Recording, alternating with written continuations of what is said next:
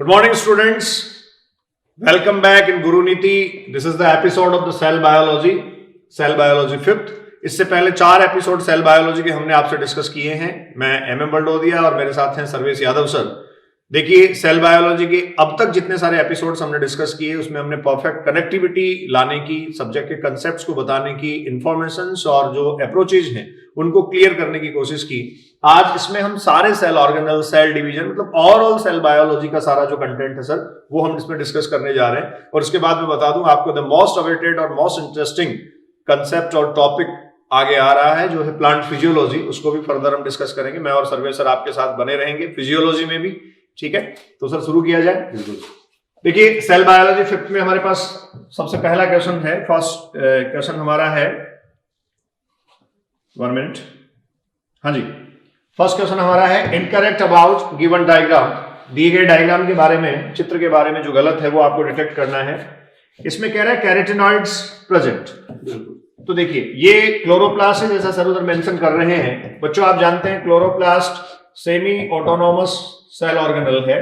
जो प्लास्टिड्स हैं, प्लास्टिड्स के टाइप्स और कैटेगरी सर हमने पहले बता रखी है, ल्यूको, क्लोरो, क्रोमो। ऑब्वियस है, जो क्रोमोप्लास्ट है that is characterized by the presence of carotenoids. ठीक है, वो कैरोटिनॉइड्स के प्रेजेंस से कैरेक्टराइज किया जाता है। लेकिन आप ये भी ध्यान रखें, जो क्लोरोप्लास्ट है उसमें भी कैरोटिनॉइड असेसरी पिगमेंट फॉर्म में प्रेजेंट होता है। फिर कह रहा है क्लोरोफिल प्रेजेंट, इसका कैरेक्टरिस्टिक फीचर यही है। जो क्लोरोफिल है उसकी प्रेजेंस इसका कैरेक्टरिस्टिक फीचर होगा। फिर कह रहा है thylakoid enclose space called lumen. Definitely thylakoid membranes जो हैं वो ऐसे स्टैक्स बनाती हैं और इसी स्पेस को आप कहते हैं लूमेन। बच्चों, लूमेन अगर एग्जिस्टेंस में होगा तो ही प्रोटॉन ग्रेडियंट बनते हुए फोटोसिंथेटिक एक्टिविटी होगी। सर आपको याद होगा अपन ने डिस्कस किया था ग्रेनल और एग्रेनल फॉर्म भी इवन बच्चों को बता रखा है। इवन प्रोफ्यूज्ड और डिफ्यूज्ड कंडीशन भी थाइलेकॉइड मेम्ब्रेन की हमने डिस्कस कर रखी है। तो क्लियर है आपको। फिर है ribosomes are larger than the cytoplasmic ribosomes. देखिए, इनकरेक्ट हो जाएगा। राइबोसोम्स यहाँ 70S है, ऑब्वियस है, और साइटोप्लाज्म में जो राइबोसोम है 80S है। तो जैसा सर कह रहे हैं डेफिनेटली इनकरेक्ट होगा। 80S ribosomes will be the larger ribosomes than the 70S। तो सर आंसर टिक किया जाए। आंसर इज फोर्थ आंसर हो जाएगा बच्चों। Next, match the column first with column second and column third. देखिए, यहाँ एक से ज्यादा रेफरेंसेज आपको दे रखे हैं। कॉलम फर्स्ट में आपको दिया है राइबोसोम, तो एक तरफ तो हमें डिस्कवरर देखने हैं। 3 कॉलम देखिए, थोड़ा सा ये कॉम्प्लिकेटिव हो गया। यहाँ एक बार बात बताना चाहूंगा, इसमें साइंटिस्ट के जो है वो नेम दे रखे हैं। कई बार क्या साइंटिस्ट के पूछ लेता है, तो हमने इन्फॉर्मेशंस को लाने की कोशिश सारी एक जगह अपने कलेक्ट कर ली। जो इंपॉर्टेंट है उनके भी बातें जो है यहाँ डिस्कस कर लेंगे। तो सर करेक्ट करें। बिल्कुल। तो राइबोसोम को सबसे पहले देखो, मैं यहाँ देख पा रहा हूँ पैलेडे पार्टिकल्स हम कहते हैं। ठीक है, थर्ड कॉलम पे अपन राइबोसोम को जो है वो मैच कर देंगे यहाँ से। Most abundant organelle in the cell. Sir मैं ये कह सकता हूँ द साइटोप्लाज्मिक कंटेंट और the cytoplasm appears as the granular form. Granular content वो इसकी प्रेजेंस के कारण ही होता है। राइबोसोम्स जो है वो साइटोप्लाज्म स्कैटर्ड फॉर्म में, इसलिए वो ग्रेनुलर है। उसके बाद देखिए एंडोप्लाज्मिक रेटिकुलम और ER हमें दिया है। पोर्टर हो जाएगा। तो पोर्टर, क्लाउडे और फुलमान, ये नाम आपने सुने होंगे। तो ये देखिए पोर्टर के साथ कनेक्ट किया। उधर सब देख फंक्शन से रिलेट कर देते हैं। Synthesis of steroid hormone and protein, ये यहाँ इससे कनेक्ट हो जाएगा। और ये SER कह सकते हैं। बिल्कुल, यहाँ प्रोटीन और ये RER हो जाएगा। स्टेरॉइड्स है, SER हो जाएगा। उसके बाद सर हमें दिया है लाइसोसोम। बिल्कुल, lysosome de Duve, Christian de Duve, ये डी दवे है। और लाइसोसोम आपको पता है बच्चों, हाइड्रोलाइटिक एंजाइम्स कंटेन करता है। लेकिन यहाँ एक नई इंफॉर्मेशन अपने ऐड कर दी है। बिल्कुल, रिप्लेस्ड बाय स्फेरोसोम इन प्लांट। हाँ। जो प्लांट्स होते हैं उसमें जो स्फेरोसोम, उसमें डाइजेस्टिव एंजाइम होते हैं। तो प्लांट्स में जो स्फेरोसोम को अपन प्लांट लाइसोसोम भी बोलते हैं। इवन उसके अलावा वैक्यूल में भी कुछ डाइजेस्टिव एंजाइम्स जो है उनकी प्रेजेंस होती है। तो क्लियर है। उसके बाद में सर दिया है क्लोरोप्लास्ट, हैकेल, ये रहा। ठीक है, क्लोरोप्लास्ट जो भी हम डिस्कस कर रहे थे, सेमी ऑटोनोमस सेल ऑर्गेनल। और ये यहाँ से कनेक्ट करेंगे तो थोड़ा सा एक इंफॉर्मेशन, एक और इंपॉर्टेंट पॉइंट है। जो क्लोरोप्लास्ट है, जैसे आपको पता है, ये देखा जाए तो स्टेटमेंट तो क्या है, डबल मेम्ब्रेनस सेल ऑर्गेनल। बिल्कुल। बट यहाँ पर जो अंदर थाइलेकॉइड्स प्रेजेंट है वो भी मेम्ब्रेनस है। इसमें 3 मेम्ब्रेन आपको देखने को मिलेंगे, आउटर, इनर। ये तो हो गया डबल मेम्ब्रेनस, लेकिन अंदर, इसके अंदर वाले स्पेस में भी एक मेम्ब्रेनस स्ट्रक्चर प्रेजेंट है। कई बार वो क्वेश्चन भी आ जाता है कि ल्यूमेन वाला जो स्पेस है वो साइटोप्लाज्म से कितनी मेम्ब्रेन से सेपरेट रहता है। ये बच्चों अच्छा क्वेश्चन सर बता रहे हैं। ये लूमेन बना हुआ है, इस लूमेन के बाहर इनर मेम्ब्रेन, आउटर मेम्ब्रेन। अब आपसे पूछ ले कि जो सेल का साइटोप्लाज्म है वो इस लूमेन के या लूमेन स्पेस से कितने मेम्ब्रेन से सेपरेट रहता है, तो आपका आंसर होना चाहिए 3। एक थाइलेकोइड स्पेस वाला मेम्ब्रेन है ग्रेना का, ग्रेना थाइलेकोइड, फिर इनर मेम्ब्रेन, फिर आउटर मेम्ब्रेन। अच्छी इंफॉर्मेशन से रेड की गई है। उसके बाद है सेंट्रोसोम। बिल्कुल, सेंट्रोसोम ही आ जाएगा यहाँ, बेंडेन, वॉन बेंडेन ऊपर की तरफ लिखा है सेंट्रोसोम। और आप जानते हैं सेंट्रोसोम जो है वो सेल डिवीजन के प्रोसेस में पार्टिसिपेट करता है। और यहाँ इंफॉर्मेशन फिर आ गई, फॉर्मेशन ऑफ स्पर्म टेल होती है जो जूलॉजी में स्टडी करते हैं, उसमें सेंट्रोसोम का यूज है। और लास्ट सब माइक्रोबॉडी दे रखा है पेरोक्सिसोम। तो पेरोक्सिसोम के लिए आप बच्चों कह सकते हैं निकोलसन, सॉरी पेरोक्सिसोम के लिए ये हो जाएगा जो लाइसोसोम डी दबे था। हाँ, निकोलसन तो वो मेम्ब्रेन वाला चला, निकोलसन मेम्ब्रेनस, ओके सॉरी, ये डी दबे, क्रिस्टिन डी दबे। और ये उधर हो जाएगा आपका ऑक्सीडेशन ऑफ फैटी एसिड्स। हाँ, माइक्रोबॉडी जो है पेरोक्सिसोम, ग्लाइसोसोम आपको पता है, सब पढ़ते हैं। जो साइंटिस्ट एनसीईआरटी में नहीं है, जनरली नहीं पूछता। हाँ, वो नहीं पूछता, जो इंपॉर्टेंट है वो एक दो अपन ने ऐड कर दिया। ठीक है, तो बच्चों आप मैच कर ले। Next 187, plasma membrane perform certain functions like growth, endocytosis, formation of intercellular junctions, cell division etcetera. सही स्टेटमेंट लग रहा है सर, सही है। फिर लिखा है plasma membrane represents fluid nature. बिल्कुल, ये भी करेक्ट है। अब आपसे पूछा गया statement first and second are correct, but statement second is not correct explanation of the statement first. ठीक है, देखो ऊपर कह रहा है कि वो जो है वो ग्रोथ करती है, वो एंडोसाइटोसिस करती है, वो इंटरसेलुलर जंक्शंस बनाती है, वो सेल डिवीजन करती है, तो क्या उसकी फ्लूइड नेचर है, वही रेस्पॉन्सिबल है इन फंक्शंस, उसके लिए वो रेस्पॉन्सिबल है। तो अगर आपको ये बात पता है तो डेफिनेटली आप स्टेटमेंट तक जा सकते हैं। तो आगे पढ़ने की जरूरत है सर इसको। Statement A and sorry first and second are correct and second is correct explanation of statement second answer. ठीक है, next, conversion of green tomato into red in balls. ये डिस्कस किया था, ये हमने काफी डिस्कस किया था, क्वेश्चन भी ऐड कर दिया आपने। हाँ, तो देखो ये कह रहा है हरे टमाटर का लाल टमाटर में रूपांतरण सम्मिलित करता है। तो आप जानते हैं बच्चों, क्लोरोप्लास्ट से क्रोमोप्लास्ट का कन्वर्जन ये शो करेगा। Formation of chromoplast from the chloroplast, ये सबसे पहले आपके पास ये है। फिर दे रखा है destruction of chloroplast and development. देखिए डिस्ट्रक्शन अगर आप करवा देंगे तो ये ल्यूको में कन्वर्ट हो जाएगा। Formation of chromoplast from proplastids, proplastid से क्रोमोप्लास्ट का डायरेक्ट फॉर्मेशन जो है उसके बजाय आपने सीक्वेंस पढ़ी है ल्यूको क्लोरो क्रोमो। फिर लिखा है ऑल ऑफ दीज। तो स्टूडेंट्स हमारे पास आंसर जो है वो फर्स्ट ही यहाँ करेक्ट हो जाएगा। Next 189, a network of filamentous structure present in the cytoplasm which are involved in many functions such as mechanical support, motility, maintenance of the shape of the cell. This elaborate network of filamentous are proteinaceous structures. बिल्कुल, देखो यहाँ पकड़ने वाली बात आपके पास ये है कि साइटोप्लाज्म में वो कह रहा है कि कुछ फंक्शंस जो है वो रिप्रेजेंट करता है। जैसे मैकेनिकल सपोर्ट की हम बात करें तो थ्रू आउट साइटोप्लाज्म आपको पता है माइक्रोफिलामेंट्स की प्रेजेंस है, मोटिलिटी वो मेंटेन करते हैं। इसके अलावा ऑब्वियस है थ्रू आउट साइटोप्लाज्म प्रेजेंट होगा तो सेप सेल का जो है वो भी मेंटेन करेगा। तो इस तरीके से हम प्रोटीनेसियस फिलामेंट्स कह सकते हैं। Cytoplasm collectively referred to as the cytoskeleton. Clear? Cytoskeleton के तीनों पार्ट्स पर हमने बात कर रखी है, microtubules, microfilaments and intermediate filament. तो स्टूडेंट्स प्रोटीनेसियस एंड साइटोस्केलेटन, ये लास्ट वाला फोर्थ ऑप्शन जो है ये एनसीईआरटी का एज इट इज अपन ने स्टेटमेंट कई बार पूछ लेता है, उन्होंने भी फिल इन द ब्लैंक्स को। बिल्कुल, ठीक है। तो नेक्स्ट पे स्टूडेंट डिस्कस करें द फंक्शन ऑफ ग्लाइऑक्सिसोम। ग्लाइऑक्सिसोम का जो फंक्शन है वो क्या है? तो देखिए protein metabolism, vitamin metabolism, fat metabolism और प्रोटीन मेटाबॉलिज्म आपको दिया है। प्रोटीन मेटाबॉलिज्म रिपीटेड है इसमें ऑप्शन, तो इसका मतलब आंसर नहीं होगा। हाँ, कई बार ऑब्जेक्शनल हमें लगता है कि दो क्यों डाल दिए, तो दो दे रखे हैं तो आपका काम इजी कर दिया है कि यहाँ ये तो बिल्कुल नहीं होंगे। अब विटामिन मेटाबॉलिज्म और फैट मेटाबॉलिज्म आपको दे रखा है। बिल्कुल, तो फैट मेटाबॉलिज्म स्टूडेंट डिस्कस भी किया था। It is a microbody glyoxysome. Glycosome जो है उसके अंदर लिपिड स्टोर भी होते हैं, इसमें जो फैट है उसका मेटाबॉलिज्म होता है। जनरली ड्यूरिंग सीड जर्मिनेशन ग्लाइकोसोम का बड़ा रोल होता है, इंपॉर्टेंट रोल। जैसे कैस्टर सीड का एग्जांपल दे रखा है। प्लांट फिजियोलॉजी में भी सीड जर्मिनेशन जहां डिस्कस किया है वहां आपसे बात की गई है। इसके अलावा एम्ब्रियोलॉजी में भी हम पढ़ते हैं। कैस्टर हमें दे रखा है, ऑयली सीड्स जो हैं, तो फैट मेटाबॉलिज्म फाइनल किया जाए। और ये थोड़ा इंपॉर्टेंट है इसलिए यहाँ पर क्वेश्चन भी डिजाइन कर दिया। During seed germination the main site of beta oxidation of fat is glycosome. ये सर बहुत इंपॉर्टेंट बात बता रहे हैं आप बच्चों।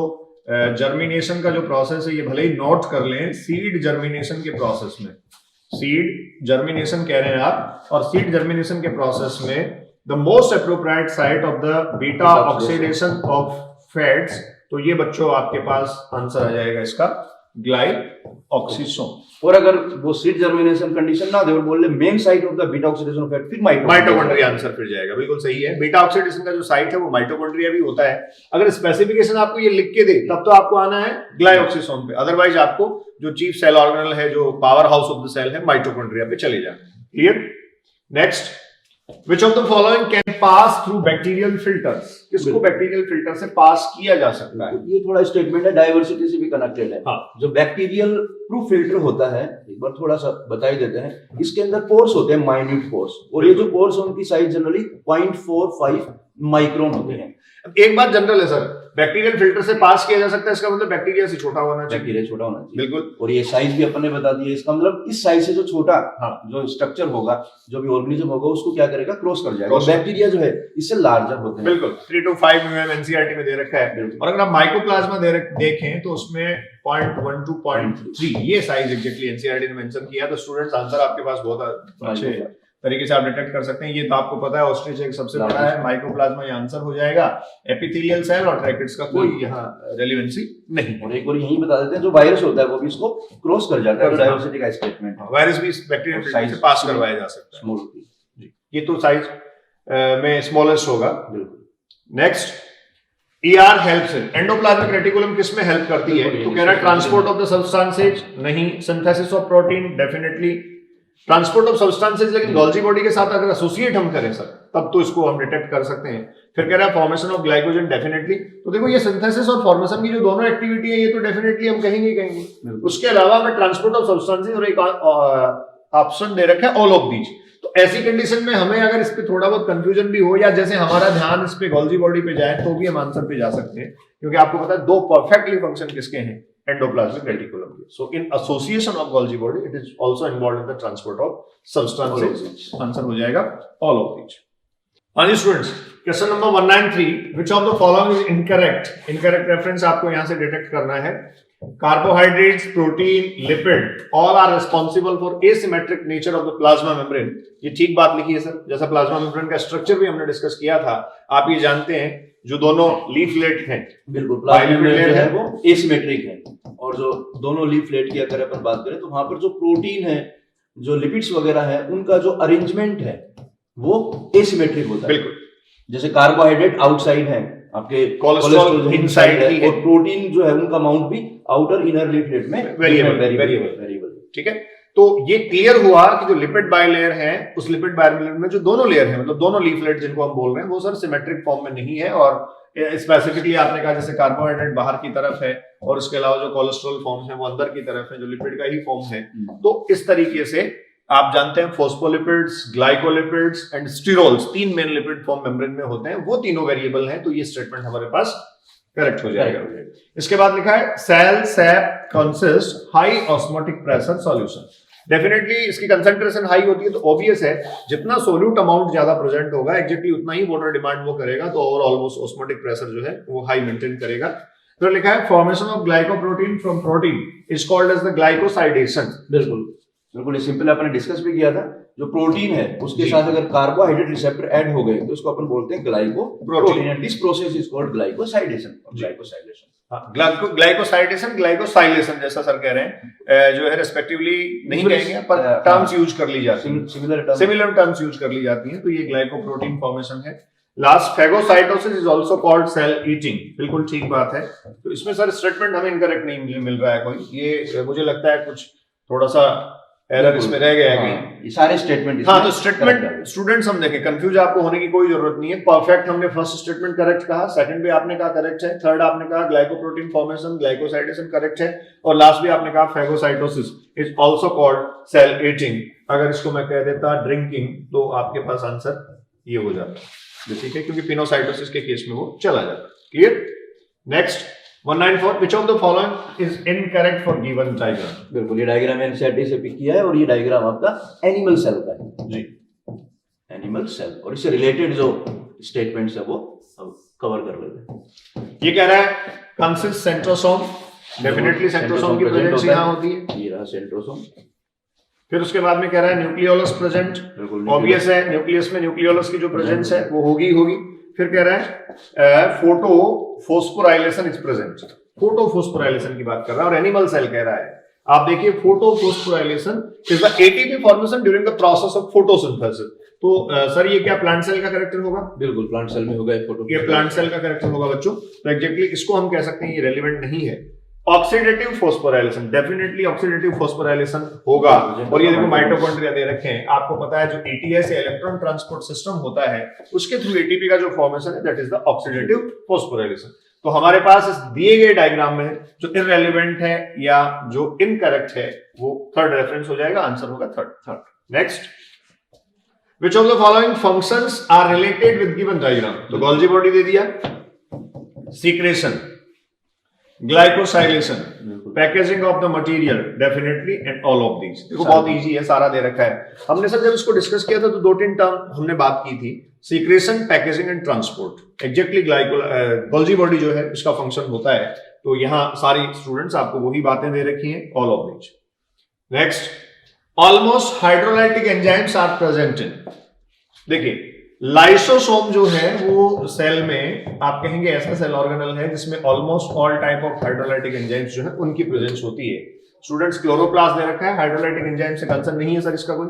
सेल वॉल आपको पता है नॉन लिविंग कंपोनेंट होता है, बाहर का है, इसका भी कोई मतलब नहीं है। सेंट्रियोल, तारक केंद्र, ये भी इररिलेवेंट रेफरेंस है। A cell organelle which involved in the endomembrane system and responsible for the digestion. Indirectly उन्होंने स्टेटमेंट जो मेंशन कर दिया। तो क्या सर इसको हम कह सकते हैं it is also the site of intracellular digestion? बिल्कुल, आप मेंशन कर दें थोड़ा सा। The lysosome is the site of, बच्चों ये ध्यान रखें आप, इंपॉर्टेंट पॉइंट है, इंट्रासेलुलर डाइजेशन का साइट है एनिमल सेल्स में lysosome, site of intracellular digestion. तो हमारे पास यहां आंसर हो गया 4। Next, which of the following divides cytoplasmic space into 2 parts, luminal and extraluminal? बिल्कुल डायग्राम से वो डायग्राम से बहुत अच्छे से हमने इसको क्लियर कर रखा है, आप ये जानते हैं। ये एंडोमेम्ब्रेन सिस्टम में एंडोप्लाज्मिक रेटिकुलम, तो एग्जैक्टली स्टूडेंट्स क्या हो जाएगा, ये साइटोप्लाज्मिक स्पेस हो जाएगा जो एक्स्ट्रालुमिनल हुआ, और ये जो स्पेस है वो क्या हो गया, लुमिनल स्पेस। तो इस तरीके से आपने सारा डिटेल में पढ़ रखा है। Inner membrane of the mitochondria, देखिए माइटोकॉन्ड्रिया का इनर मेम्ब्रेन जो है वो एक पर्टिकुलर सेल ऑर्गेनल का मेम्ब्रेन, और उसमें आपको पता है इनर और आउटर मेम्ब्रेन पीएमएस बनाती है। कोई मतलब रेलेवेंसी किसी स्टेटमेंट से इसकी नहीं है। टोनोप्लास्ट आप जानते हैं वैक्यूल का मेम्ब्रेन है। एंडोप्लाज्मिक रेटिकुलम डेफिनेटली स्टूडेंट्स क्या बना रही है, लुमिनल और एक्स्ट्रा लुमिनल कंपार्टमेंटलाइजेशन सेल में एस्टेब्लिश करती है। सर इस कंपार्टमेंटलाइजेशन से क्या बेनिफिट ये है कि जो सेल की फंक्शनिंग है उस पर कोई बेनिफिट है इसका? बिल्कुल, कंपार्टमेंट से एक तो स्पेस इंक्रीज हो रहा है, बिल्कुल, और जो प्रॉपर जो साइट्स है मेटाबॉलिक एक्टिविटीज के लिए, तो उनके ऊपर भी इसका इफेक्ट हो रहा है, और ये पूरे सेल को भी कवर कर लेता है। हाँ, मतलब थ्रू आउट साइटोप्लाज्मिक सरफेस जो है उसकी एग्जिस्टेंस, एक बार बोल देते हैं इसको एंडोसाइटोस्केलेटन भी, एंडोसाइटोस्केलेटन बिल्कुल करता है। फिर है माइटोकॉन्ड्रिया, तो आंसर आपके पास स्टूडेंट्स हो जाएगा ER third. Next, which of the following is not related with given diagram? बिल्कुल, जो गिवन डायग्राम है बिल्कुल एनसीईआरटी से लिया है, ये टीएस को रिप्रेजेंट कर रहा है, TS of cilia and flagella. ठीक है, तो सीलिया फ्लैजिला का जो टीएस है स्टूडेंट्स, ये कह रहा है 9+2 structure is present in the basal body of it. बिल्कुल, ये अपन डिस्कस कर चुके हैं। सीलिया फ्लैजिला की जो बेसल बॉडी है, और काफी बार आ चुका है, बेसल बॉडी कौन बनाता है, सेंट्रोसोम। और आपको पता है जो सेंट्रोसोम है उसमें अरेंजमेंट है 9+0, उसमें सेंटर में कोर प्रोटीन प्रेजेंट होती है, 9 पेरिफेरल ट्रिपलेट आप कह सकते हैं माइक्रोट्यूब्यूल्स हैं। तो ये स्टेटमेंट हमारा क्या हो गया सर, गलत, बिल्कुल इनकरेक्ट है। फिर कह रहा है रिलेटेड नहीं है, हाँ related with movement, definitely movement से रिलेटेड है। फिर कह रहा है there core is called axoneme, definitely axoneme होता है। जैसे एक्सोनिमा का अरेंजमेंट आपने और ये दिखा भी रखा है एक्सोनिमी को ही जो है। हाँ, ये 9 पेरिफेरल जो है 9+2 का अरेंजमेंट हम यहाँ देख पा रहे हैं। फिर कह रहे हैं नन ऑफ दिस, तो ऑब्वियस है हमारे पास स्टूडेंट्स आंसर क्या हो जाएगा, फर्स्ट आंसर हो जाएगा। जो इररिलेवेंट है यहाँ लिखा जाना चाहिए था, जैसा सर ने अभी बताया 9+0। क्लियर?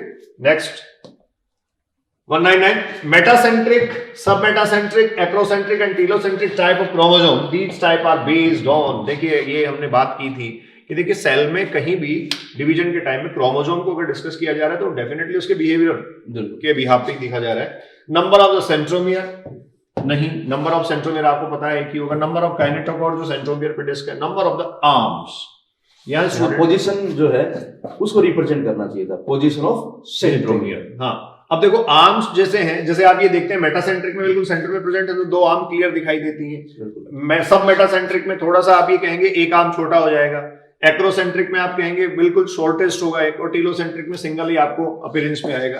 तो इसके बिहाफ पे हम ये कह सकते हैं it this type is on the basis of the position of centromere. तो फिर आंसर हमें यहाँ चूज कर लेना चाहिए, चला जाएगा नन ऑफ दीज। क्लियर।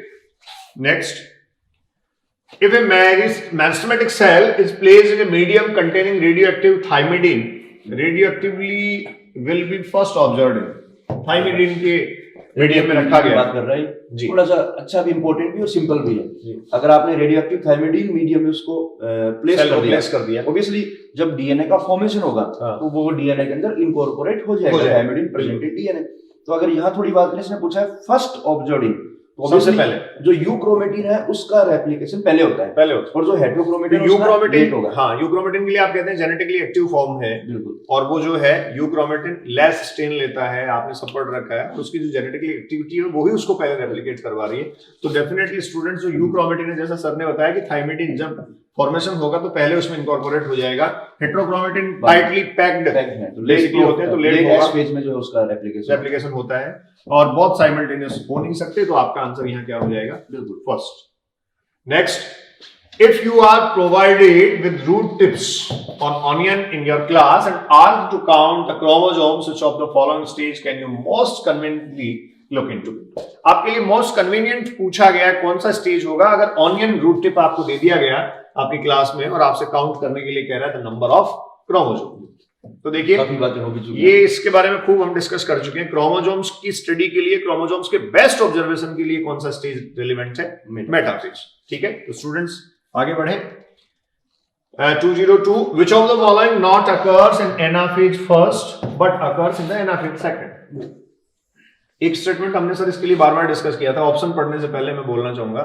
हमने कहा था एनाफेज फर्स्ट और एनाफेज सेकंड को अगर कंपेयर करें, there will be the separation of the pair of homologous chromosomes but the both chromatids और sister chromatids will remain associated. ये बात हमने बार बार डिस्कस की थी पिछले जो सेल डिवीजन हम पढ़ रहे थे। और वो जो एसोसिएशन है उसको तोड़ देना है आपको, कहां ले जाके, एनाफेज सेकंड में।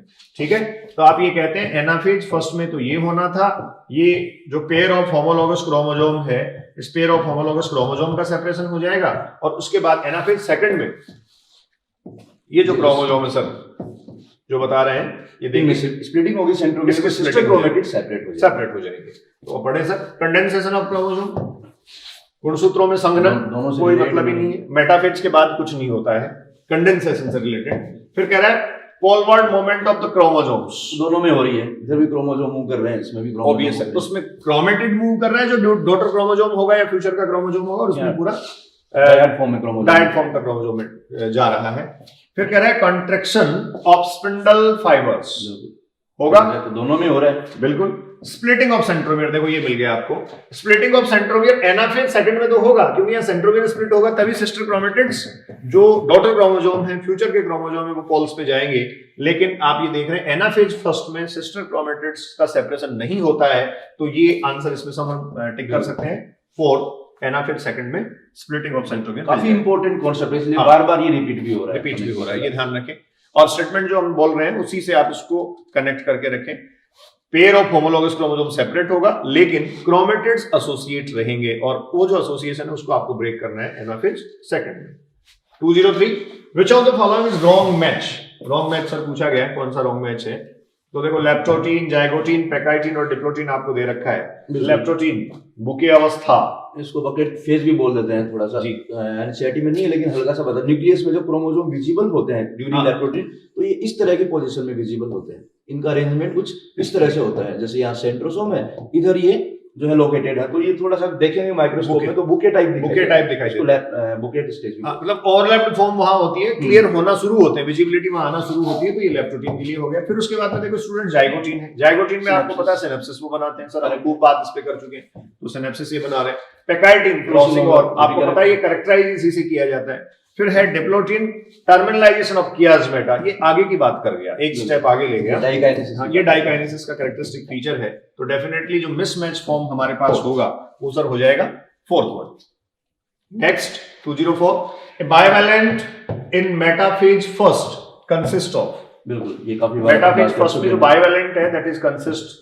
Of, these are the bivalent जी ये बाइवेलेंट है। और ये बाइवेलेंट जो है वो किससे बना हुआ होता है, तो मध्यावस्था में एक युगली रखता है। आप देखिए कह रहा है 2 क्रोमेटिड्स एंड 1 सेंट्रोमियर। बाइवेलेंट की बात करें तो 4 क्रोमेटिड्स आपको दिखाई दे रहे हैं, तो मैं सीधा ही 4 क्रोमेटिड्स और 2 सेंट्रोमियर वाले ऑप्शन पे स्टूडेंट्स आ जाता हूं, तो ये एग्जैक्टली आपके पास यहां करेक्ट हो गया, third reference. Clear. Next 205, mitotic cells cycle is divided typically into 4 phases G1, S, G2 and M.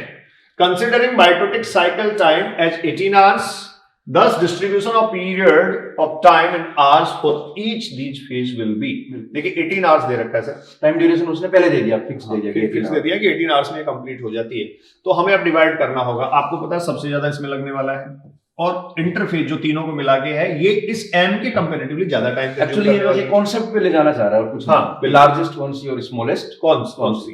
तो इसमें अगर हम देखें एम फेज बिल्कुल स्मॉलेस्ट शॉर्टेस्ट होगी, तो उसमें शॉर्टेस्ट होगी, तो उसमें उसके अकॉर्डिंग जो है ऑप्शन अपन फिक्स कर लेते हैं। तो देखो इसमें ये दोनों पॉसिबल है हमारे पास, ठीक है। लेकिन सर फिर हमें जीवन में सबसे बड़े वाला देखना है, तो ऑब्वियस है हमारे पास ये दोनों पॉसिबल है, ठीक है। अब उसमें से जो कॉमन आ रहा है, बिल्कुल किसी तरीके का दिमाग लगाने की जरूरत नहीं पड़ रही है, जो कॉमन आ रहा है वो हमारे पास थर्ड ऑप्शन है, ठीक है। तो थर्ड ऑप्शन के अकॉर्डिंग स्टूडेंट्स देखें, G1 में 9 आवर्स, S में जो है वो 5 hours, S 5, G2 3 hours and M is 1 hour. Clear. तो ये आपके पास हो गया 18 आवर्स का जो साइकिल था कंप्लीट, उसमें मैक्सिमम टाइम इंटरफेज में लगता है, और इंटरफेज में भी मैक्सिमम टाइम कौन लेता है, G। Next 206, centromere splitting is present in. Centromere splitting कहां प्रेजेंट होगी, देखिए एनाफेज में डेफिनेटली होगी, माइटोसिस की बात कर रहे हैं। उधर एनाफेज सेकंड जो अभी हम बात कर रहे थे सर, फिर कह रहा है कैरियोकाइनेसिस, ऑब्वियस है कैरियोकाइनेसिस में ही स्प्लिटिंग सेंट्रोमियर की होगी, जिससे माइटोटिक डिवीजन कंप्लीट हो सकता है। तो आंसर ऑल ऑफ दी चला जाएगा। Next, in which stage ER is completely disappeared लिखा है, देखिए तो इसका मतलब है जब कंप्लीटली डिसअपियर, बिगनिंग की बात आपको नहीं करनी है। ये कुछ सब कई बार टर्म्स जो होते हैं ना वो हमें क्वेश्चन का सेंस देते हैं, ठीक है। डिसअपियरिंग अगर लिखता तो थोड़ा सा आपको पहले की बात सोचनी पड़ती, तो आपको आंसर यहां मिल जाएगा। देखो लेप्टोटीन जो है वो प्रोफेज का इनिशिएशन है, ठीक है। डाइकाइनेसिस जो है वो आप जानते हैं प्रोफेज का टर्मिनेशन एक तरीके से। तो अल्टीमेटली मैं ये कह सकता हूं कि जब डाइकाइनेसिस होता है तब nuclear membrane, nucleolus, Golgi body, endoplasmic reticulum, ये सब जो है सर वो किसमें चले जाते हैं, डिसअपियरेंस में चले जाते हैं। तो हमारे पास आंसर इसका हो जाएगा थर्ड। हमने काफी कुछ डिस्कस इस पे कर भी रखा है पहले से। Next, which one of the following stage is longest, कौन सा फेज लॉन्गेस्ट है, प्रोफेज, एनाफेज, मेटाफेज और इंटरफेज। बिल्कुल कोई डाउट है ही नहीं, बच्चा ही अभी चुके अपन G1, S, G2 and M। तो ये आपका इंटरफेज हो गया, ये एम फेज हो गया। अगर डायरेक्टली ऑप्शन के अकॉर्डिंग जाना पड़ेगा, यहाँ पर ऑप्शन दिया इंटरफेज, तो लॉन्गेस्ट फेज जो है ऑब्वियसली इंटरफेज। अगर ये इंटरफेज नहीं होता फिर आपको फिर इनके अकॉर्डिंग चूज करना होता, तो आप जीवन पे चले जाते, जैसा अभी क्वेश्चन हमने 18 आवर्स का डिस्कस किया था। वैसे देखो बच्चों ऐसा है सर, एक चीज ये है कि हमने पहले 4 एपिसोड डिस्कस किए, ये जो आज हम डिस्कस कर रहे हैं, तो जो बच्चे हमारे साथ देख रहे हैं इसको आपको परफेक्टली पता होना चाहिए सारी चीजें। ये एक तरीके से आपका रिकॉल है ना, इसीलिए इस पे बहुत ज्यादा डिस्कशन की जरूरत नहीं है, क्योंकि सारे कॉन्सेप्ट्स पहले हम डिस्कस कर चुके हैं। तो एक तरीके से आप अपना सेल्फ एनालिसिस समझें इसको, सेल्फ टेस्ट आप समझें इसको। क्लियर। और ये कहना चाहूंगा मैं कि जो पहली बार इस वीडियो को देख रहे हैं, तो वो फर्स्ट, सेकंड, थर्ड और फोर्थ 4 वीडियो देखें, अच्छे से कॉन्सेप्ट स्ट्रॉन्ग करना है, आपको काफी सारी चीजें तो पता लगेंगी। क्लियर। नेक्स्ट पे आऊं, 209, सेलेक्ट द इनकरेक्ट स्टेटमेंट। ये कह रहा है इनकरेक्ट स्टेटमेंट आपको देखना है, egg of the ostrich is the largest isolated single cell. बिल्कुल डेफिनेटली, इसका जो साइज है 70 सेंटीमीटर होता है, तो ये लार्जेस्ट आइसोलेटेड सेल पूरी। बिल्कुल। फिर कह रहा है sir ribosome are the organelle within organelle. ये भी डेफिनेटली सही बात है। क्लोरोप्लास्ट और माइटोकॉन्ड्रिया 2 एग्जांपल आपके पास ऐसे हैं जो ये प्रूव करते हैं। फिर कह रहा है the shape of the cells may vary with the functions they perform. बिल्कुल, जो सेल्स हैं उनकी फंक्शनिंग अपीयरेंस जो है उसके अकॉर्डिंग उनका शेप हो सकता है। Genetic material is present in well defined nucleus in both prokaryotes. देखिए प्रोकैरियोट्स आते ही ये क्या हो गया, स्टेटमेंट गलत हो गया। आपको पता है वहां न्यूक्लियोइड है, वहां इंसिपिएंट न्यूक्लियस है, वहां प्रोक्रोमोसोम है, वहां जीनोफोर है, इस तरीके से। तो हमारे पास आंसर क्या हो जाएगा, incorrect statement 4। Clear. 210, the eukaryotic ribosomes are ATS type where S is indirectly measure of। ये भी थोड़ा इंपॉर्टेंट कॉन्सेप्ट था, Important। अपने ऐड कर दिया इसमें। हाँ। जो एस है वो है स्वेडबर्ग यूनिट, बिल्कुल, ये साइंटिस्ट है स्वेडबर्ग स्वेडबर्ग नाम नाम है। से दे दिया। और जो एस है वो रिप्रेजेंट करती है sedimentation coefficient, sedimentation coefficient, and sedimentation coefficient depend on the density and size, और इनडायरेक्टली डिपेंड है डेंसिटी साइज पे। बिल्कुल। तो देखिए डेंसिटी और साइज पे डिपेंड करता है, तो ऑब्वियस है उसी के अकॉर्डिंग लार्जर सब यूनिट्स और स्मॉलर सब यूनिट जो है वो सेडिमेंटेशन कोएफिशिएंट के अकॉर्डिंग ज्वाइन करती हैं या जुड़ती हैं। ठीक है, तो स्टूडेंट्स हमारे पास केमिकल कंपोजिशन की बात करो तो केमिकल कंपोजिशन आप देखिए 70s हो 80s हो, छोटी सब यूनिट हो बड़ी सब यूनिट हो, सबका केमिकल कंपोजिशन सिमिलर होता है। सिमिलर प्रोटीन और आरएनए दोनों में बेसिकली प्रेजेंट होता है, तो इसमें नहीं जाएंगे हम। सर जो अभी डिस्कस कर रहे थे density and size definitely answer हो जाएगा। Structure of RNA and lipid molecule ये रेलेवेंट नहीं है, तो यहाँ आंसर हो गया second. Next, the structure which are extensive continuous with the outer nuclear membrane, outer nuclear membrane के साथ जो कंटिन्यूअस है, ये आपने बहुत खूब डिस्कस कर रखा है। आउटर न्यूक्लियर मेम्ब्रेन के साथ स्टूडेंट्स जो कंटिन्यूअस है वो है ER, दोनों ऑप्शन में दे दिए। अब दोनों दे दिए, देखो RAR एंडोप्लाज्मिक रेटिकुलम रफ वाला और स्मूथ। तो बेसिकली ऐसा होता है सर कि जो न्यूक्लियस है उसकी पेरिफेरी में ये जो राइबोसोम कंटेनिंग जो RER है उसकी एग्जिस्टेंस या प्रेजेंस ज्यादा होती है, और SER जो है वो पेरिफेरल पोजीशन को होल्ड करती है। तो वो कह रहा है संरचना जो बाह्य केंद्रक झिल्ली से सतत होती है, तो कौन सी होनी चाहिए? RER। डेफिनेटली स्टूडेंट्स RER होनी चाहिए। वो केंद्रक झिल्ली के साथ, आपको मेम्ब्रेन के साथ एसोसिएशन पूछ रहा है, ठीक है ना, आप प्लाज्मा मेम्ब्रेन नहीं समझ लें, अगर प्लाज्मा मेम्ब्रेन की तरफ आप जाएंगे तो आपका आंसर चेंज हो जाएगा। तो आंसर हुआ RER। Next, which one of the following is wrong with the reference of cis phase of the Golgi body? तो देखो cis phase सर हम डिस्कस कर भी चुके हैं, रिसीविंग फेस होता है। इस रिसीविंग फेस के केस में आपको कह रहा है कॉनकेव, बिल्कुल कॉनकेव होता है, बिल्कुल लेवल किया था अपन। फिर कह रहा है सिचुएटेड नियर न्यूक्लियस, डेफिनेटली होगा। फॉर्मिंग फेस होता ही है ये। कॉन्वेक्स, ये गलत हो जाएगा। कॉन्वेक्स जो ट्रांस होगी, इधर वाला फेस जो है डिस्टल जो पार्ट है वो कॉन्वेक्स, वो डिस्टल प्रॉक्सिमल अगर हम देखें तो ये आपके पास सही है, ये आपके पास इनकरेक्ट रेफरेंस हो जाएगा, तो आंसर हम कह देंगे fourth. Next, unicellular organism are capable of independent living. बिल्कुल, कोई भी ऑर्गेनिज्म जो है उसका अपना इंडिपेंडेंट एग्जिस्टेंस और इंडिपेंडेंट लिविंग एग्जिस्टेंस उसका डेफिनेटली स्टूडेंट्स होता है। फिर कह रहा है Theodore Schwann observe that all plants are composed of different kind of cells. ये इनकरेक्ट हो जाएगा, यही मेंशन कर देता है, तो ये स्टेटमेंट दिया था स्लीडन और स्वान जो दोनों आप पढ़ते हैं। Eukaryotic cells contain only 80S ribosome. Sir ये भी ओनली लग गया, तो इसलिए ये भी इनकरेक्ट हो गया। फिर कह रहा है proteins and lipid ratio not changed in cell membrane of different cell. ये भी गलत हो गया क्योंकि चेंज होता है, ये प्रोटीन लिपिड रेशियो ही वेरी होता है, वेरी करता है, बाकी तो केमिकल कंपोजिशन सिमिलर है। व्हिच स्टेटमेंट्स आर रॉन्ग, कौन से स्टेटमेंट्स गलत है? तो सर बी हमारे पास गलत है, सी भी गलत है, डी भी गलत है, बी सी डी ये आपके पास स्टूडेंट्स आंसर आ जाएगा। ये रहा 213। So students, next question 214. Vesicles is formed from ER after packaging of material is fused with. ये सर एंडोमेम्ब्रेन सिस्टम की बात कर रहा है कि जो वेसिकल्स हैं वो वेसिकल्स एंडोमेम्ब्रेन सिस्टम में गोल्जी बॉडी जो है उससे आकर फ्यूज होती हैं, और ये एंडोप्लाज्मिक रेटिकुलम जो पहले एग्जिस्टेंस में था इस पर राइबोसोम जो प्रेजेंट है, यहाँ से वेसिकल जो रिलीज करता है गोल्जी बॉडी की सिस फेस के लिए, उसके लिए क्वेश्चन पूछा है। Trans face of the Golgi body, obvious है ट्रांसफेस जो है वो रिसीविंग मैच्योरेटिंग फेस होती है, तो उससे ये कनेक्ट नहीं करेगा। Lysosome, mitochondria and forming face of the Golgi body, तो सीधा हमें दे रखा है। देखो स्टूडेंट्स आपने काफी डिटेल में पढ़ा भी है ये कि जो एंडोप्लाज्मिक रेटिकुलम है उस एंडोप्लाज्मिक रेटिकुलम से वेसिकल रिलीज होगी, वो ट्रांजिशनल वेसिकल्स हैं, these transitional vesicles will transfer to the Golgi body, और गोल्जी बॉडी की सिस फेस जो है सर जो फॉर्मिंग फेस होती है वो इसको रिसीव करेगी, और जस्ट आफ्टर एडिटिंग ट्रांसफेस से वो क्या कर दी जाएंगी, रिलीज कर दी जाएंगी। तो सर हमारे पास आंसर इसका हो गया forming face of Golgi body. Next, mitochondria is mainly related with, इसमें देखा प्रोटीन सिंथेसिस। प्रोटीन सिंथेसिस की एक्टिविटी जो है, देखो प्रोटीन सिंथेसिस का प्रोसेस होता तो है माइटोकॉन्ड्रिया में, क्वेश्चन की लैंग्वेज में की पॉइंट हमें दे रखा है मेनली, तो हमें इसी फंक्शन को यहां से डिटेक्ट करना चाहिए। Aerobic respiration, definitely aerobic respiration का साइट है माइटोकॉन्ड्रिया, और इसी के बिहाफ पे आप इसको कहते हैं एटीपी ये जनरेट करता है, power house of the cell.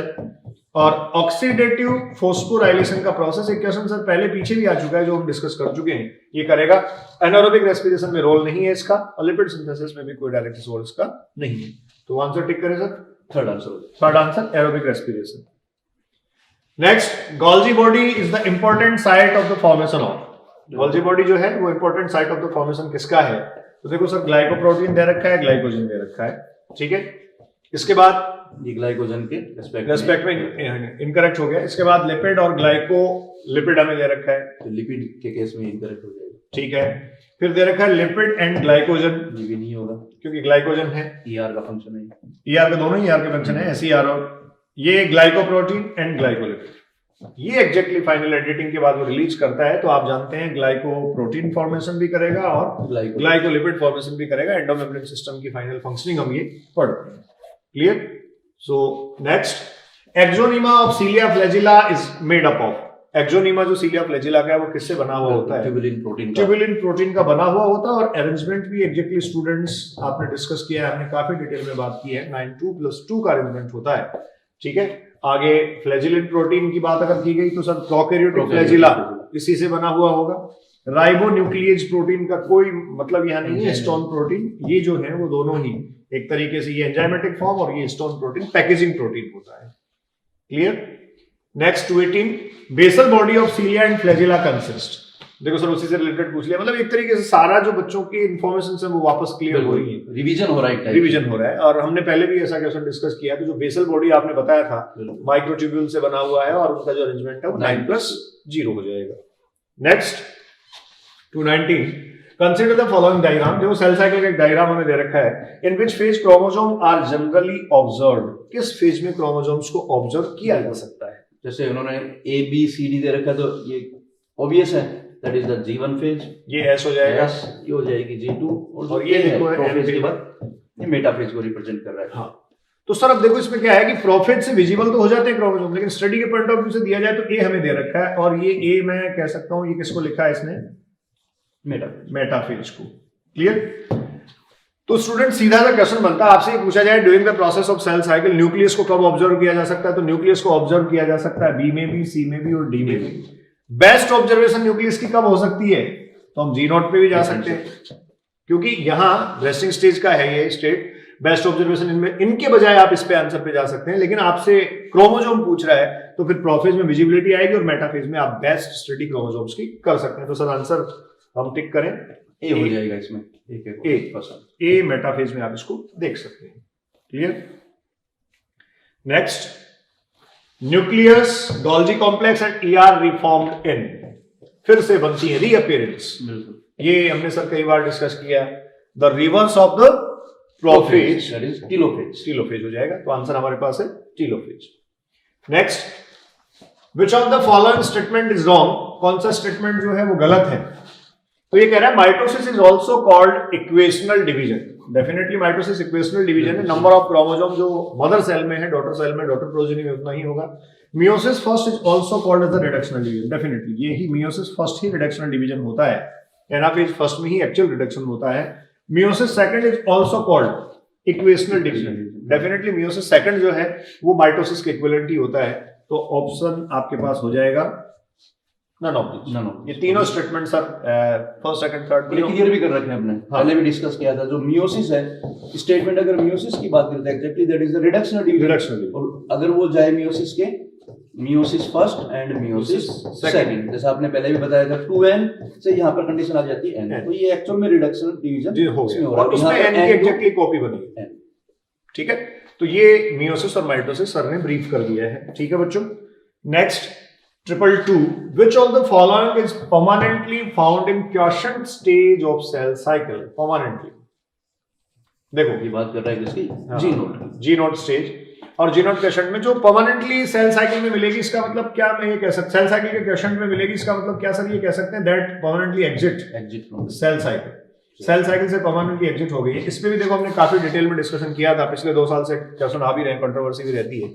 जो G0 फेज है वो रिवर्स हो सकती है, इरिवर्सिबल हो सकती है। एक एनसीईआरटी ने सर स्टेटमेंट लिख के दिया है कि जो सेल्स हैं they do not replicate their genome or DNA and do not proliferate unless required. जब तक जरूरत नहीं है तब तक proliferate नहीं करेंगी, तो संभावना वही आपको दे दी कि जरूरत होने पर कर सकती हैं। तो जरूरत पड़ने पर जो फिर से proliferate कर सकती हैं वो क्वेश्चन फेज में ही जाती है, मतलब रिवर्स कर सकती है। परमानेंट की बात की है तो परमानेंट की बात की है तो ऑब्वियस है आपके पास नर्व सेल्स दे रखी हैं, और ये जो नर्व सेल्स हैं ये नर्व सेल्स क्वेश्चन के बजाय जी नोट की सेनेसेंट फेज में होती है। और सर हम 2-3 वर्ड और यहां से कनेक्ट कर सकते हैं, जैसे हमें कह दिया जाए हाईली स्पेशलाइज्ड और हाईली डिफरेंशिएटेड सेल्स, तो ऑब्वियस है हम इसी पे जाएंगे। जो हाईली डिफरेंशिएटेड और हाईली स्पेशलाइज्ड सेल्स हैं वो फिर से सेल साइकिल में एंटर नहीं करती है।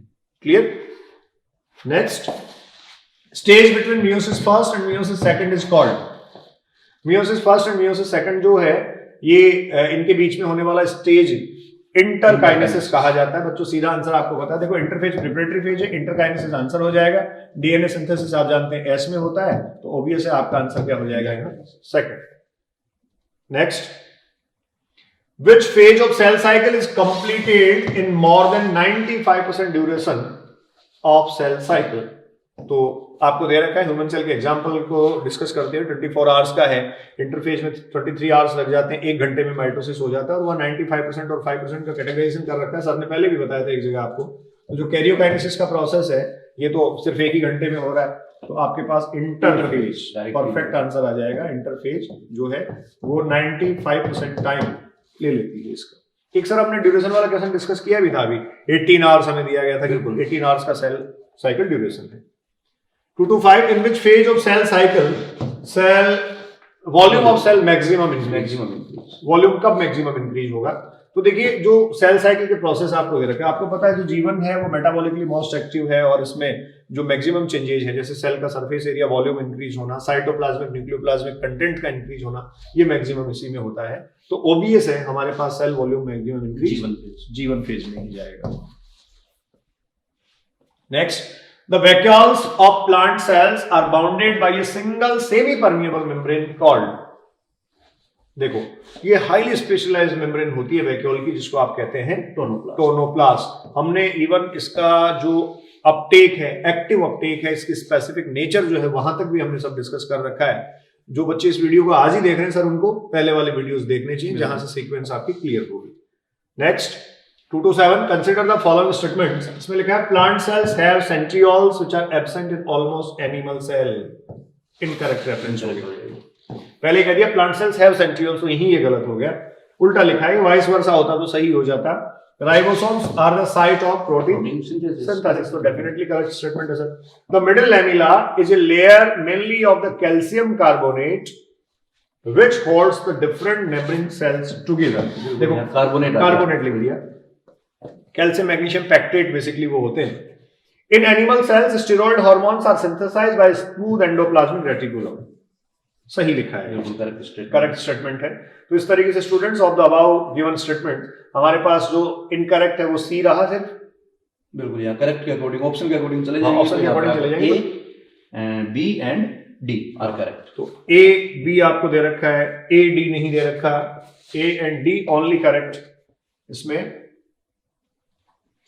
फर्स्ट स्टेटमेंट जो है वो इनकरेक्ट है, बी और डी जो है करेक्ट है, बी और डी इनकरेक्ट है, तो बी और डी जो है यही थर्ड ऑप्शन चला जाएगा, थर्ड ऑप्शन। ये next, which of these wrongly matched? Sir chloroplast दे रखा है, क्लोरोफिल करेक्ट मैच है, इलियोप्लास्ट स्टार्च ये मिसमैच हो गया ये, ठीक है। बाकी बच्चों क्रोमोप्लास्ट दे रखा है, कैरोटीनॉइड सही है, एमाइलोप्लास्ट कार्बोहाइड्रेट्स, तो करेक्ट आंसर सर हुआ second. Next, read the following statements and identify the correct options given. ये कह रहा है sap vacuoles contain digestive enzymes with the help of which nutrients are digested. जो sap vacuole है plant cell में, sap content है, कुछ digestive enzymes वो होल्ड कर सकता है। वो कह रहा है with the help of nutrients are digested, लेकिन इसका ये मेन फंक्शन नहीं है, मतलब स्पेसिफाई नहीं करेगी। फिर कह रहा है contractile vacuole take part in the osmoregulation and exercise, बिल्कुल सही बात है ये। फूड वैक्यूल्स दे रखा है आपको, store and concentrate mineral salts as well as nutrients, definitely. फिर कह रहा है air vacuoles store and concentrate mineral salts as well as incorrect हो जाएगा, एयर वैक्यूल जो है ये गैस वैक्यूल्स की बेसिकली बात, बिल्कुल जो प्रोकैरियोट्स में कैरेक्टराइजेशन होता है। तो इस तरीके से स्टूडेंट्स आपके पास 2 रेफरेंस करेक्ट हैं, 2 बी और सी जो है करेक्ट, बी सी करेक्ट। ठीक है। Next, ribosomes are found in all except, bacteria में भी होगा, प्लास्टिड्स में भी होगा, इंडिया में होगा, गोल्गी बॉडी में नहीं होगा। तो आंसर आपका सीधा 4 चला जाएगा। Next, match the following and choose the correct combination from the options given below. एक तरफ सर सेल ऑर्गेनल हमें दे रखे हैं, दूसरी तरफ फंक्शन दे रखा है, तो आप उधर कनेक्ट करने में बोल रहा हूं। Endoplasmic reticulum, endoplasmic reticulum synthesis, connect हो जाएगा, synthesis of sorry synthesis of lipid, ये थर्ड वाला इससे कनेक्ट हो। हाँ, इसमें देखो नॉन सीक्रेटरी लिखा है, थोड़ा सा ये देखने वाली बात है, ठीक है। उसके बाद में दे रखा है फ्री राइबोसोम्स, ये free ribosome non secretory protein synthesize करेगा जो साइटोप्लाज्म में करता है। फिर कह रहा है माइटोकॉन्ड्रिया, सेलुलर एक part in the cellular respiration. फिर कह रहा है कॉन्ट्रैक्टाइल वैक्यूल्स, और ये जो है वो ऑस्मोरेगुलेशन। अभी पीछे एक क्वेश्चन में हमने डिस्कस किया था, तो स्टूडेंट्स इस तरीके से आप मैच करवा सकते हैं। Which of the following is associated with the structure of Golgi complex? Golgi complex के स्ट्रक्चर से क्रिस्टी देखिए माइटोकॉन्ड्रिया में होता है, क्वांटोसोम जो है वो क्लोरोप्लास्ट में क्वांटोसोम मॉडल हम पढ़ते हैं, ठीक है। तो आपके पास हुआ सिस्टम, काफी बार स्ट्रक्चर की बात हो चुकी है, दीज आर द सिस्टम्स, ठीक है। Next, beta oxidation of fatty acids mainly occur in, देखो सर आपने ये बताया था, एक बार एक क्वेश्चन डिस्कस किया था कि अगर कुछ स्पेसिफिकली जर्मिनेटिंग सीड्स वगैरह और इस तरीके का कुछ दे तब तो आपका आंसर पेरोक्सिसोम होना चाहिए, ग्लाइकोक्सिसोम होना चाहिए, सॉरी। और अगर आपसे सिर्फ साइट पूछे या मेन साइट पूछे या कोई भी रेफरेंस नहीं दे, तब आपका आंसर ऑलवेज क्या होना चाहिए, माइटोकॉन्ड्रिया। तो जर्मिनेटिंग सीड के केस में तो ये चला जाता, और ऑर्डिनरी कंडीशंस में आपके पास होता बीटा है answer, beta oxidation, main site is the mitochondria. तो इस तरीके से हमने सेल बायोलॉजी के 5 एपिसोड कंप्लीट किए आपके साथ। मैं उम्मीद करता हूं कि ये फर्स्ट टू लास्ट हमने जो भी डिस्कस किया है ये बहुत बेनिफिशियल और यूजफुल आपके लिए होगा। हमने हर एक कंसेप्ट को अप्रोच करने की कोशिश की है, और आपके व्यूज जो है वो भी हमें काफी एनर्जेटिक कर रहे हैं, काफी अच्छा रिस्पॉन्स मिल रहा है। और मैं फिर आपसे प्रॉमिस करता हूं सर, हम लोग अगला प्लांट फिजियोलॉजी करने वाले हैं। प्लांट फिजियोलॉजी में भी आपको टोटल 6 एपिसोड्स मिलेंगे, जिसमें 5 चैप्टर्स 5 एपिसोड्स में मिलेंगे, और एक इसी तरीके से हम कॉमन डिस्कशन में लाएंगे। डेफिनेटली आप एंजॉय कर रहे होंगे और अपना सब्जेक्ट कंटेंट जो है वो मजबूत कर रहे होंगे। सर्वेश सर, धन्यवाद एम सर। तो बच्चों यहाँ देखो सेल बायोलॉजी को अपन ने पूरा टोटली कवर कर लिया है। हाँ। और मैं बच्चों को ये कहना चाहूंगा कि थोड़ा सा अगर ये 5 to 6 आवर जो है वो दें, इतना टाइम ड्यूरेशन अपने कवर किया, तो पूरा कंप्लीट क्वेश्चन जो है सीधे आप अटैक कर सकते हो। तो मेरे ख्याल से जो प्रीवियस एग्जाम में आए हैं वो कॉन्सेप्ट भी हो गए, सारे इंपॉर्टेंट है, सारे अपने कवर कर, मतलब ऐसा बचेगा नहीं कुछ भी। 5 से 6 घंटे के वीडियोज अगर आप सेल बायोलॉजी के सारे देख लेते हैं तो डेफिनेटली आप सेल बायोलॉजी से आने वाले जो क्वेश्चंस एग्जाम में उनको अप्रोच कर सकते हैं। So enjoy the biology, enjoy the botany. Thank you.